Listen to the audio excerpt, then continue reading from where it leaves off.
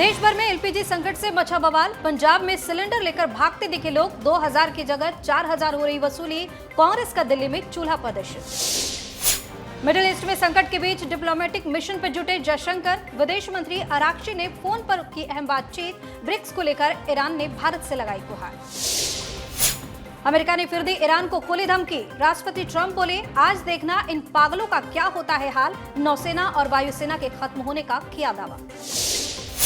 मुख्य चुनाव आयुक्त ज्ञानेश कुमार को हटाने के लिए संसद के दोनों सदनों में नोटिस। 193 विपक्षी सांसदों ने किया हस्ताक्षर। 10 पन्ने का दिया नोटिस। असम पहुंचे पीएम मोदी ने जनता को किया संबोधित। कांग्रेस को बताया झूठे वादों की दुकान। बोले, हम पूरे कर रहे हर वादे। डबल इंजन की सरकार से हो रहा विकास। नमस्कार, आप देख रहे हैं अनकोट और मैं हूं आपके साथ दिव्या सिंह। अब वक्त है दिन भर की बड़ी और खास खबरों का, जहां बात होगी सियासत, रणनीति और देश दुनिया के हर बड़े अपडेट की। अमेरिका इजराइल के ईरान से जंग की वजह से देश भर में एलपीजी की किल्लत हो गई है। गैस एजेंसियों के बाहर लंबी लाइनें हैं। गैस सिलेंडर की कालाबाजारी और जमाखोरी भी हो रही है। कमर्शियल सिलेंडर की 4 दिन से सप्लाई नहीं हो पा रही। वहीं पंजाब में लोग सिलेंडर लेकर भागते नजर आए। केरल में गैस किल्लत से करीब 40% रेस्टोरेंट बंद होने की कगार पर हैं। उधर दिल्ली में कांग्रेस कार्यकर्ताओं ने एलपीजी सप्लाई की बिगड़ी स्थिति को लेकर केंद्र सरकार के खिलाफ प्रदर्शन किया। विरोध जताने के लिए अपने साथ मिट्टी के चूल्हे लेकर आए थे। होटल रेस्टोरेंट में गैस का स्टॉक खत्म होने से बिजनेस पूरी तरीके से ठप होने लगे हैं। कई जगह ताले भी लटकने लगे हैं। कई शहरों में एजेंसियों पर सुबह 5 बजे से ही लंबी कतारें दिख रही हैं और सिलेंडर न मिलने पर लोगों की पुलिस से झड़प भी हो रही है। वहीं यूपी में फैक्ट्रियों को गैस सप्लाई नहीं हो रही है। इसका असर पाटरी, चूड़ी से लेकर पेठा फैक्ट्रियों तक पड़ रहा है। 30,000 से ज्यादा वर्कर्स बेरोजगार हो गए हैं। मध्य प्रदेश में एलपीजी सिलेंडर की ऑनलाइन बुकिंग भी लगभग ठप हो गई है। सर्वर डाउन होने से भोपाल, इंदौर, ग्वालियर, उज्जैन, जबलपुर समेत पूरे प्रदेश में लोग सिलेंडर की बुकिंग नहीं कर पा रहे। बिहार में 4 दिन से कमर्शियल सिलेंडर की बुकिंग बंद है। सप्लाई नहीं होने की वजह से होटल, रेस्टोरेंट पर काफी असर पड़ रहा है। पटना के बाजारों में लकड़ी और कोयले के भाव दिन पर दिन बढ़ते जा रहे हैं। मिडिल ईस्ट में जारी तनाव और गैस आपूर्ति पर मंडराते खतरे के बीच भारत ने अपनी कूटनीतिक सक्रियता बढ़ा दी है। वहीं ईरान ने ब्रिक्स को लेकर भारत से गुहार लगाई है। ईरान, इजराइल, अमेरिका के बीच चल रहे तनाव और युद्ध के बीच ईरान के विदेश मंत्री सैयद अब्बास अराघची ने भारत के विदेश मंत्री एस जयशंकर से टेलीफोन पर अहम बातचीत की है। हाल के संघर्ष के बाद दोनों नेताओं के बीच चौथी बार बात हुई। अराघची ने जयशंकर को अमेरिका और इजराइल की तरफ से ईरान पर किए गए हमलों और आक्रामक कार्रवाइयों के बारे में विस्तार से जानकारी दी। उन्होंने कहा कि इस घटनाओं से क्षेत्रीय और वैश्विक स्थिरता और सुरक्षा पर गंभीर असर पड़ा है। ईरान ने अपने सुरक्षा के वैध अधिकार पर जोर दिया। अराघची ने ब्रिक्स की भूमिका पर भी फोकस किया। उन्होंने कहा कि ब्रिक्स, जिसकी इस साल भारत अध्यक्षता कर रहा है, मौजूदा संकट में रचनात्मक भूमिका निभानी चाहिए। ईरान ने गुहार लगाई है कि ब्रिक्स देश मिलकर क्षेत्रीय और वैश्विक स्थिरता को बढ़ावा दें, बहुपक्षीय सहयोग मजबूत करे और संघर्ष पर प्रभाव डाले। ईरान चाहता है कि ब्रिक्स जल्द कोई बयान जारी करे या सक्रिय कदम उठाए। अमेरिकी राष्ट्रपति डोनाल्ड ट्रंप ने ईरान को लेकर एक बार फिर तीखी चेतावनी दी है। ट्रंप ने आज अपने social media platform truth social पर पोस्ट करते हुए कहा कि देखते रहिए आज इन पागलों के साथ क्या होता है। अपने पोस्ट में ट्रंप ने दावा किया कि ईरान की सैन्य क्षमता को भारी नुकसान पहुंचा है। उन्होंने लिखा कि ईरान की नौसेना खत्म हो चुकी है, वायुसेना भी अब नहीं रही और उसके मिसाइल, ड्रोन और अन्य सैन्य संसाधनों को नष्ट किया जा रहा है। ट्रंप ने यह भी कहा है कि ईरान के कई नेता भी मारे जा चुके हैं।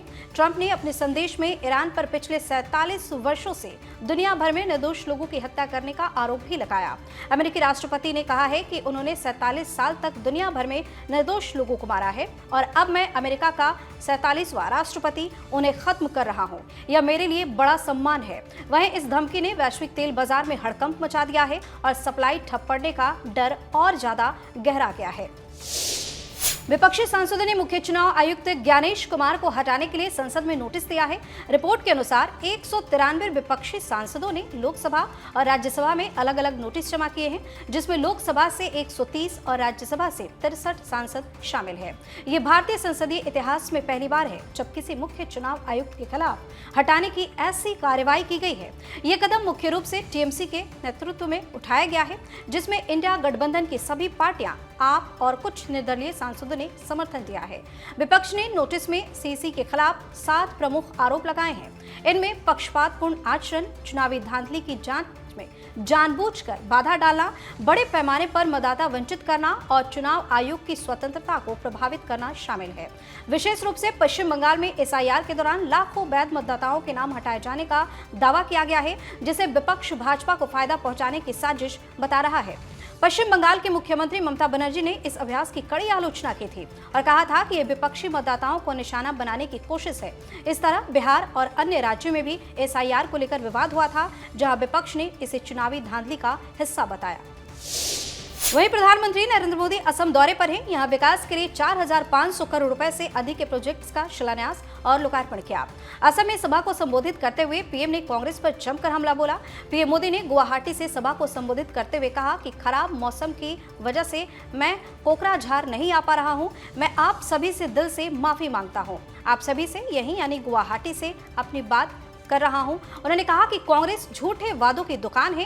कांग्रेस 4 सुपर झूठ गिफ्ट में देती है। कांग्रेस वादा पूरा करने में कोई इरादा नहीं उसका दिखता है। कांग्रेस लोगों में फूट डालने का बहुत जबरदस्त तरीके से काम करती है, जबकि डबल इंजन की सरकार से असम में विकास हो रहा है। हम हर वादे को पूरा कर रहे हैं। पीएम ने कहा कि एनडीए की डबल इंजन सरकार असम की विरासत को बचाने और उसके तेजी से विकास के लिए लगातार काम कर रही है। कोकराझार समेत इस पूरे इलाके ने पिछले कुछ दशकों में बहुत मुश्किलें झेली है। इसे बहुत नुकसान हुआ है। आज बोडोलैंड शांति और विकास के रास्ते पर चल पड़ा है। आज असम शांति और तरक्की का एक नया अध्याय लिख रहा है। पीएम मोदी ने कहा कि आपका प्यार मुझ पर एक कर्ज जैसा है और मेरा मकसद हमेशा आपकी सेवा करके और इस इलाके के लिए विकास के लिए काम करके इस कर्ज को चुकाना है।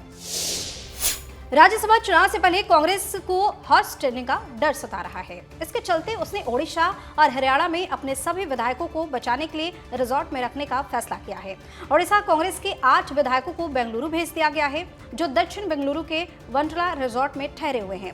6 विधायक विधानसभा के बजट सत्र में शामिल होने के लिए भुवनेश्वर में ही मौजूद हैं। कल सुबह तक 4 और एमएलए बेंगलुरु पहुंच सकते हैं। इससे पहले चीफ व्हिप राजेन एक्का समेत 6 विधायक परिवार समेत बेंगलुरु पहुंच गए हैं।